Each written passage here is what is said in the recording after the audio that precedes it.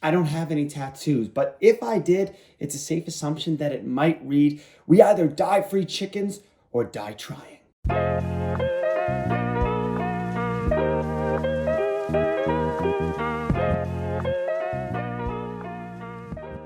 What's going on, guys? My name is David Sugarman. If it's your first time on my page, thanks so much for stopping by. It's really nice to meet you. And if you're coming back, it's good to see you again. Either way, feel free to drop a follow, like, subscribe, depending where you are watching this, and a comment if you've already seen the movie that we're about to talk about, which is Netflix's Chicken Run: Dawn of the Nugget. 23 years after the original, Chicken Run: Dawn of the Nugget turns up the darker streaks of the story that we remember from the original, while still having a silly, irreverent, and surprisingly effective sequel. Let's dive in. Chicken Run was a childhood favorite of mine, and in particular a film that I bonded with over with my aunt, who me and my fiance call and watched this with her over Zoom. Do I still wish I saw this in a theater? Absolutely, but this is definitely one of the big pluses of streaming, being able to do that and share that experience even though we live in different states. With original directors Nick Park and Peter Lord this time back as executive producers and Sam Fell in the director's chair, Chicken Run: Dawn of the Nugget picks up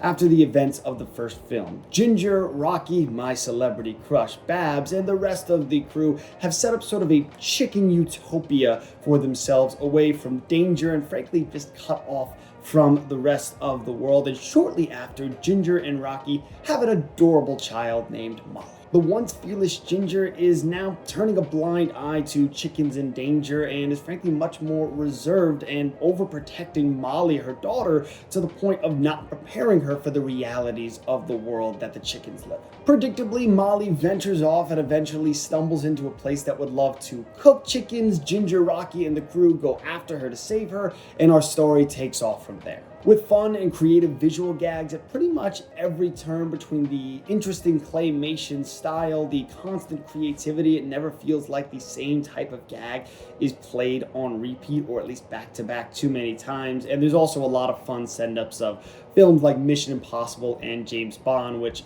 are not just fun, but all that much more silly because, well, they're chickens. Whether you're a child or an adult, one thing I love about this film is that it respects its audience. It appreciates that even children can appreciate some of the darker themes and messaging of turning a blind eye to injustice and the easy ability to say, well, that's not my problem, it's not in my purview, and I've got my own life, my own family to protect, which for a lot of people, especially people with kids, I imagine is a very relatable feeling. My only big critique of this film is the himboification of Rocky. A himbo is defined as an attractive but unintelligent man. If you've seen the movie, I think you know what I'm getting at. In the original Chicken Run, Rocky is a fraud, but he's still charming and he's still very smart. It's part of the reason he's able to pull one over on the chickens for as long as he can. And in this movie, it felt like he was really dumbed down and dialed back intelligence-wise and just didn't have much of a storyline for himself.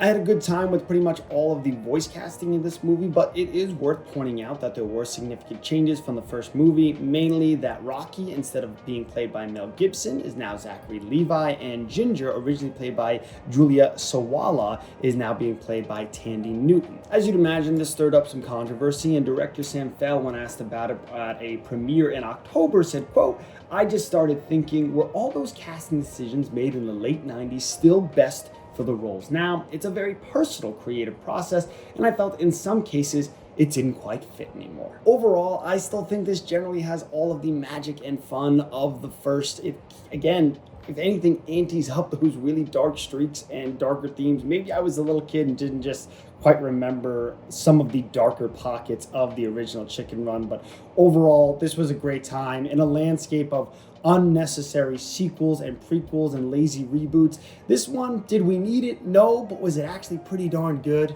It was. I'm giving it 4 out of 5 stars. If you've seen Chicken Run: Dawn of the Nugget, please let me know your thoughts in the comments. I want to see if other people, especially if you liked the original like me, enjoyed this one as well. And if you want more reviews from me, follow, like, subscribe, depending on where you're watching this. And that's all I've got. I'll see you around, and I'm going to see the Iron Claw tonight, so I'll have a review on that in the coming days as well. Really excited to see that one. Maybe one of the last movies I'll see in 2023. All right, thanks. Have a great weekend. A Merry Christmas, Happy Holiday, all that good stuff. See you. Guess I'll see you in the movies.